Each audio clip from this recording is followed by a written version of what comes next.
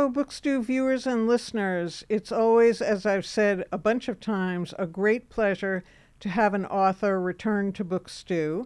And in this case, my guest today, I think this is her third visit with her third book.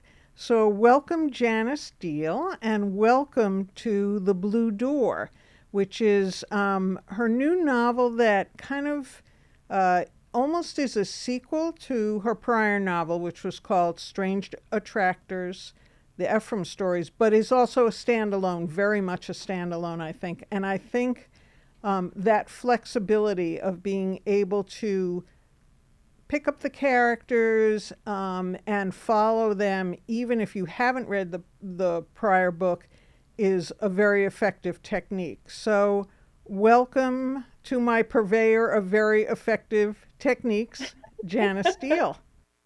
It's, Eileen, thank you so much for that warm intro. It's great to be here.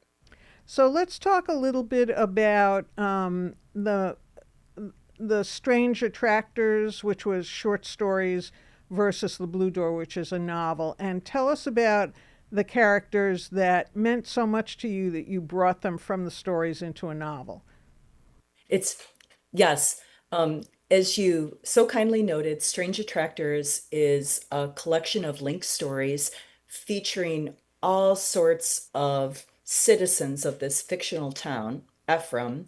So I had many, many characters living in my brain pan, but I do think characters like real life humans, sometimes it's hard to understand why there's a certain chemistry and why individuals stay connected. And Flo is one of the characters in Strange Attractors and her daughter Teddy. And for some reason, both of them, particularly Flo, really stuck with me. So I was, uh, to give some context, in the Strange Attractors stories, Teddy commits a terrible crime. She commits a murder, and those two stories in Strange Attractors that feature Teddy and her mom are all about the events leading up to the crime and the immediate aftermath. And there was a part of me, it was such a seismic event. There was a part of me that, I wanted to check in on Flo and see how she was doing 10 years hence. And so um, and it felt like a big enough footprint or story that I knew it wouldn't be addressed in a short story. I knew it would be a larger form. So, Flo and Teddy are they're a mother and a daughter, both lacking in fathers, husbands. I mean, for Flo, she had a terrible father. For Teddy, her father was just kind of a non factor because at some point, because he was a non factor or because Flo felt it was her role, she basically took over bringing Teddy up and excluded her husband, Charlie, and eventually he just floats out of the scene. But between the two books, Teddy's crime, which, we don't have to keep it a secret, it was the murder of a teacher from her school, and Teddy was 14. In both cases, we kind of get a feel for the cause, but we don't really there's no interjection psychology wise to say, well, the reason Teddy killed her teacher is blah, blah, blah. So it's more a matter of speculation, though I feel in this book it's much clearer how much bullying affected Teddy. And also maybe her being a little bit different than the mean girls who were tormenting her. She had white blonde hair. She had kind of like colorless eyelashes. She looked different. And that Flo saw that, I think, as a positive, but it certainly is not a positive when you're a 14-year-old. Oh, Eileen, you're spot on. When I was describing Teddy, I kept on thinking of the words like ethereal, almost otherworldly. She's, and her mom too, they're really outsiders. They're aliens in Ephrem. They're not locals. And that manifested in so many different ways. And to your point, you're so perceptive. Teddy's appearance didn't help. She not only didn't look like the mean girls, she had no aspirations to do so. And that was, at that age, that's unusual. And she had no armor, I think. Yeah. She had no allies. I don't think Flo really knew what was going on, and even if she did, there's limits to what parents can do, and especially limits to what a 14-year-old is going to let a parent do. So right now we're in the book. We're living in the aftermath of Teddy being sent to juvie and being in there until she's of age to come out. And Flo, in the meantime, has taken on an interesting occupation. So Flo was formerly a social worker. Why don't you tell us a little bit about Flo, what she's doing now, and she finds an amazing pleasure in her job, which I thought was one of the really warm parts of the book. Um, yes, Eileen, you touch on so many key points. Yes, in her previous life, Flo was a social worker and she took a lot of pride in that job. And I think that I know, when Teddy commits this crime, Flo's world is not only rocked, um, first of all, she's a social worker. How did she not know that things were getting so dire? And even more importantly, how did she not know as a parent, as a mom? And so in the aftermath, in Flo's chapter 2, if you will, um, I think she drifts away from social work because her confidence has been deeply shaken in her abilities in so many different areas. And the book takes place in a desert town in the Southwest, and she lands there by happenstance, and her car breaks down, and she starts to create a life for herself. And the job she takes is at a fictional upscale grocery store, and she is it's part of who Flo is, that she does or tries to take pride in whatever she does. And so she took a lot of pride in being a social worker. Her confidence there is really shaken to the core, so she's doing something completely different. But in a way, whether she realizes it or not, some of the skills that allows her to interact with the customers at this very elite store, she's drawing on what she did for years as a social worker. I And, think, I, sorry, I think oh no. choosing that as her occupation. I mean, these are people that we see every single time we go to a supermarket, whether it be Whole Foods or a Market Basket here or anywhere or a dollar store. And I think most of the times we're happy, or at least I am happy to see them because I hate those automatic checkouts and I like to still see humans and they all say hello. But I don't give that much of a thought to their lives outside of them being at the checkout counter. So I think you gave a rich and full life to somebody, and it really made me think the next time I was at a store of what was behind that pleasant greeting and those eyes and standing 8 hours a day. So I like that you chose that occupation for Flo. Thank you for saying that. And I do think that on an unconscious level, I gave her a job where she is isolated and grieving, and in a way doesn't have the confidence, at the beginning of the book at least, to make connections with others. But this is about, this is serving that need for a while. She's interacting with the public every day, for better or for worse, but it's a way for her to stay connected as she tries to kind of take stock of who she is. What is her identity now? And it is all from her perspective. So we don't, the only voice of Teddy that we hear is in a letter that Teddy sends to Flo.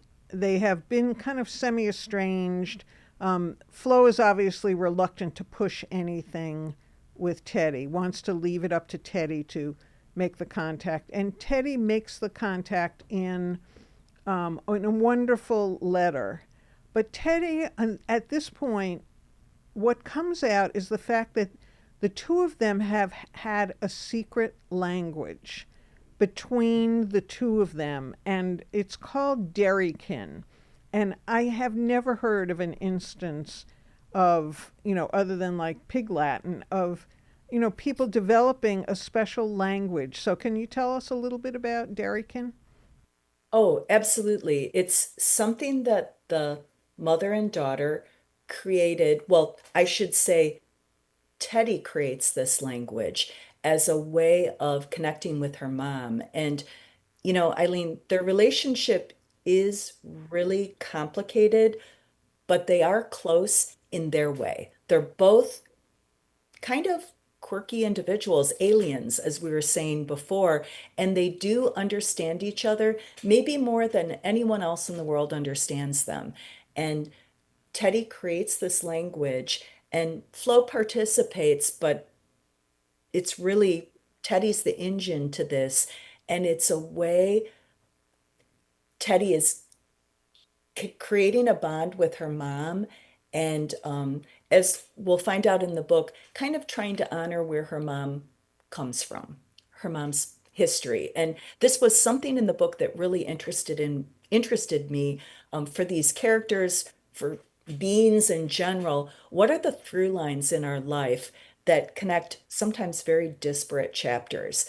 And Derrykin is one of them, and also storytelling becomes important to their narrative. So, as part of the narrative, and I'm going to ask you to do a short reading, there is a fairy tale that's told about three daughters who are thrust into an adventure. And as part of the reading, you're going to give us one little part of that fairy tale. And the fairy tale is woven through the narrative. It's in italics, so you can tell the difference between it. And it's kind of an intriguing story of its own because it doesn't have a neat wrapped up ending, but it has three sisters going out on an adventure. So, do you think this would be a good time to do the little reading? Oh, Eileen, I would love to. And to your point, I'm going to read an excerpt from Flo's story and then a very small piece from the fairy tale.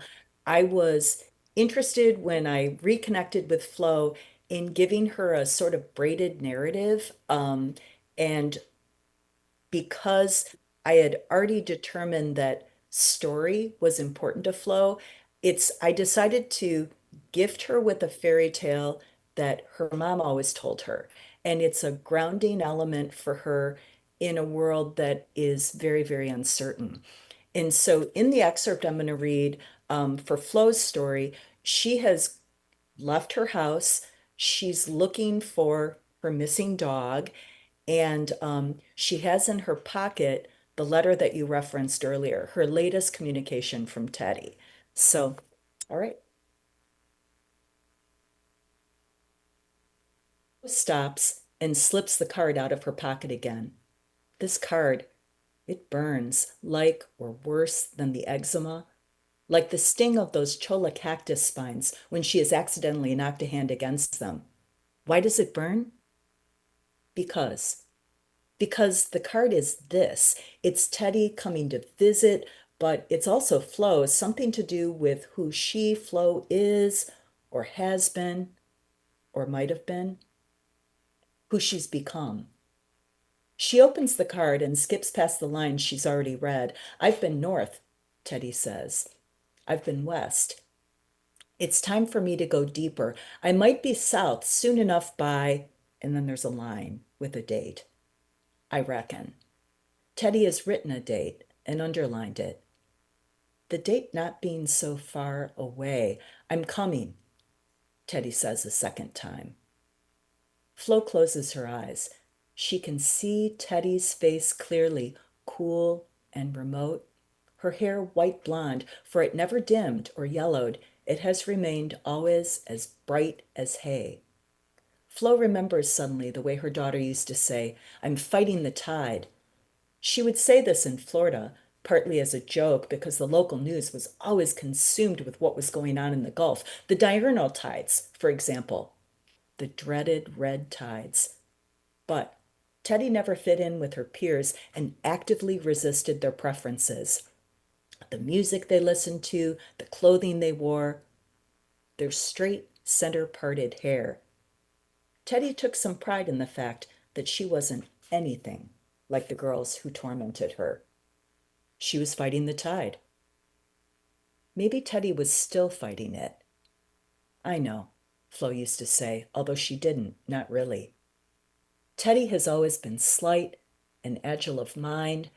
She has always been separate. Perhaps she is a genius. Perhaps she is cruel. Teddy is certainly unlike anyone Flo has ever known. And if Flo doesn't always know what to say to her daughter, still, she longs for exactly the right words. And then just a little bit from the fairy tale. The third daughter. Her name was Ksenia, which means wanderer. It also means hospitable, which was why Ksenia's mother had chosen it. Wouldn't a hospitable soul, after all, be welcomed anywhere? Ksenia was different, small and quick, and subject to terrible dreams. From the earliest age, she had to guard against what might come into her head. She was deathly afraid of water, and yet water of any kind, indeed, even the color blue, because water was blue, wasn't it? Exerted a tremendous and confusing pull. Not everyone understood her. Up to this point, she had been protected from the world by her sisters, and especially her mother, who loved her like the mother bear. This was the child she had gotten after all. You can be in the world, but not of it, Ksenia's mother counseled. You can be patient when you need to. When it came Ksenia's turn to take her leave, the girl was afraid. Do not be afraid, Ksenia's mother told her. You will find what you need. I must go into the world, mother, Ksenia said sadly. Don't be afraid, her mother repeated. I will tell you what to do and what not to do. So there was, there's another example of a mother um, that appears in the book as someone who is very caring, but also knows that it's time for her three daughters to leave. But I wanted to mention one line that I came to and I wanted to ask you about because this was almost, so I read the book twice, I have to admit. It's short, and I wanted to make sure I was very familiar with it. But at one point, Flo said to Teddy, I don't think I can help you.